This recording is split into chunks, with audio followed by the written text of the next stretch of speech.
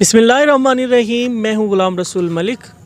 آج ہمارے ساتھ ایک عام شہری، عام سٹیزن، پاکستان کا ایک عام رہنے والا انسان، رہنے والا سٹیزن کیا سوچتا ہے، موجودہ حالات کے بارے میں ان کے کیا ویوز ہیں، پولیٹیشنز ہو گئے یا اور ہمارے جو حالات حاضرہ جو چل رہا ہے اس پہ ان کا کیا ویو ہے، کیا پوائنٹ آف ویو ہے.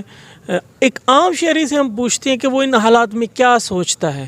جی اکرم بھائی، آپ کیا سوچ رہے ہیں سارے حالات پر؟ آج کل جو حالات چل رہے ہیں، لا اینڈ آرڈر کی سچویشن آپ کے سامنے ہے، مہنگائی کا ایک جو طوفان ہے جو کہ تھمتے ہوئے نظر نہیں آ رہا ہے، ڈالر پھر سے اونچی اڑان بھر چکا ہے. پچھلے دنوں اللہ اللہ کر کے جو ہے ہمارے نئے چیف آف آرمی اسٹاف اس پہ جو ہے اتفاق ہوا ہے. تو ان ساری کنڈیشن میں آپ کیا دیکھتے ہیں کہ پاکستان کے یہ حالات کو آپ کس طرح آپ دیکھ رہے ہیں ان ساری چیزوں کو؟ بسم اللہ الرحمن الرحیم.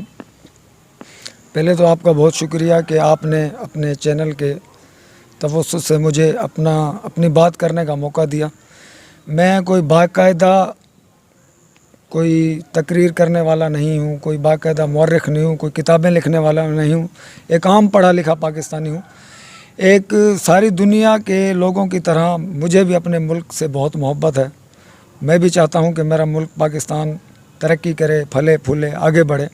جس طرح دوسرے ممالک دنیا میں بالخصوص یورپین کنٹریز یا اور دنیا کے ایسے ممالک جو بہت ترقی یافتہ ہو گئے ہیں، بہت ترقی میں آگے چلے گئے ہیں ہم سے. حالانکہ وہ ہم سے بہت پیچھے تھے، لیکن انہوں نے کچھ ہی ٹائم میں، کچھ ہی عرصے میں اپنے ملک کو بہت آگے کیا ہے. دیکھیں، میں جو ایک عام پاکستانی کے حساب سے اس طریقے سے سوچتا ہوں، یہ بات رکھتا ہوں کہ جب تک ہمارے ملک میں انصاف کا بول بالا نہیں ہوگا، میرے خیال سے ہمارے پاکستان کے حالات بہتر ہونے والے نہیں ہیں. ایک طاقتور طبقہ جو خود کو پتہ نہیں کیا سمجھ بیٹھا ہے، پتہ نہیں کیا اپنے آپ کو سمجھتا ہے، وہ قانون کی کھلے عام خلاف ورزی کرتا ہے. کوئی اس کو کچھ کہنے والا نہیں ہے، کوئی اس کو پکڑنے والے نہیں ہیں. اگر وہ قانون کی گرفت میں آ بھی جائے تو وہ زیادہ عرصہ قانون کی گرفت میں رہ نہیں پاتا. اس کے برعکس ایک غریب طبقہ ہے، مزدور طبقہ ہے، نچلا طبقہ ہے، وہ اگر قانون کی گرفت میں آ جاتا ہے تو وہ بیچارہ ساری زندگی جیلوں کے میں دھکے کھاتا ہے، ان میں سڑتا پھرتا ہے. جب تک ہمارے ملک پاکستان میں انصاف کا بول بالا نہیں ہوگا، طاقتور قانون کے شکنجے میں نہیں آئے گا، اس وقت تک ہمارے ملک کی حالات نہیں بدل سکتے. تحریک انصاف کے چیئرمین عمران خان کی میں پارٹی کا ورکر نہیں ہوں، لیکن میں اس موقف کی بھرپور حمایت کرتا ہوں ایز ایک عام پاکستانی، کہ وہ جو کہتا ہے کہ قانون سب کے لیے برابر ہو، امیر بھی قانون سے نیچے ہو، غریب بھی قانون سے. جب تک قانون کا بول بالا نہیں ہوگا ہمارا ملک ترقی نہیں کر پائے گا. ملک آپ سے سوری ٹو ڈسٹرب یو، پر دیکھیں مہنگائی بہت زیادہ ہے ملک میں.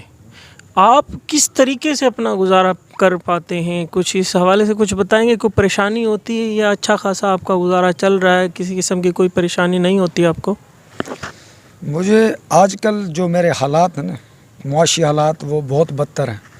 کیونکہ میری انکم اتنی نہیں ہے اور خرچے میری انکم سے تقریباً 10 سے 15 ہزار تک زیادہ چلے گئے ہیں، جس کی وجہ سے ہر مہینے میں تقریباً 12 سے 15 ہزار کا قرض ہی ہو جاتا ہوں. اس کی وجہ کیا ہے؟ اس کی وجہ یہ ہے کہ میں جس ادارے میں کام کرتا ہوں یا اور کہیں کل ملا کے میری آمدنی ہے 25 سے 30 ہزار، جبکہ میرا خرچہ ہے 35 سے 40 ہزار. اس کی بھی یہی وجہ ہے، کیونکہ جو ذخیرہ اندوز ہیں اس ملک میں مہنگائی کی وجہ کیا ہے؟ آپ اینکر ہو، آپ ہم سے زیادہ آپ دنیا گھومتے ہو، آپ زیادہ ہم سے لوگوں کی رائے معلوم کرتے ہیں. آپ کو پتہ ہے کہ اس ملک میں مہنگائی کی سب سے وجہ یہی ہے کہ جو بھی چیزیں تھوڑی بہت چلنے لگ جاتی ہیں، اسٹاکر ان کو اسٹاک کر لیتے ہیں، ذخیرہ اندوز کر لیتے ہیں، جس کی وجہ سے عام دہاڑی دار غریب طبقہ، بالخصوص جو مجھ جیسا طبقہ ہے، وہ بہت متاثر ہوتا ہے. اب وہ کچھ پیسے کمانے کے چکر میں، کچھ اپنے اثاثے بنانے کے چکر میں یہ چیزیں روک لیتے ہیں، جس کی وجہ سے مارکیٹ میں وہ ناپید ہو جاتی ہیں. مجبوراً عام لوگوں کو وہ مہنگی خریدنی پڑتی ہیں، جس کی وجہ سے اس کی قوت خرید جو ہے وہ متاثر ہوتی ہے اور وہ بیچارہ پریشانی کے عالم میں ہے نا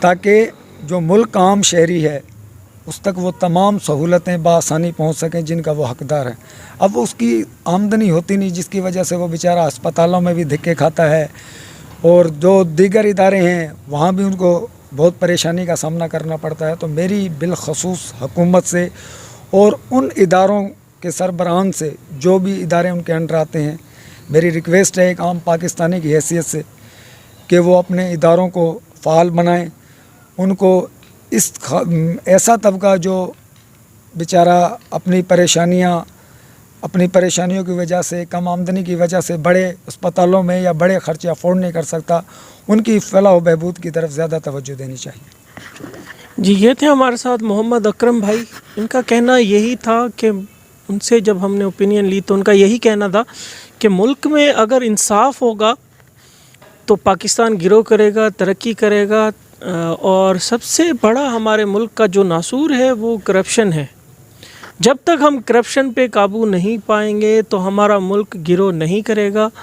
اور اس کے علاوہ ان کی حکومت سے یہ ایکسپیکٹیشن ہے کہ کم از کم جو گراسری آئٹم ہیں، جو روزمرہ کے کریانہ آئٹمس ہیں، ان پہ انہیں ریلیف ملے، صحت کی سہولتیں ملیں، ان کے بچوں کو ایجوکیشن جو ہے وہ فری آف کاسٹ ملنی چاہیے تاکہ غریب کا بچہ بھی اسی طرح پڑھ سکے جیسے ایک امیر کا بچہ پڑھتا ہے.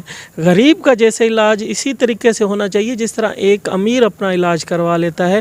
تو ان کا یہی کہنا تھا کہ سب سے پہلے انہیں وہ روزمرہ کی اشیاء جو ہیں، جو کھانے پینے کے آئٹمس ہیں، ان پہ انہیں جو ہے سبسڈی دے یا ان کو سستا کیا جائے، علاج ہمارے لیے سستا ہو، ایجوکیشن، اور خاص طور پر جو ہے ہمارا جو ہے گورنمنٹ کا توجہ ہونی چاہیے ان ساری بیسک چیزوں پر جو ہماری روزمرہ کی ضروریات ہیں.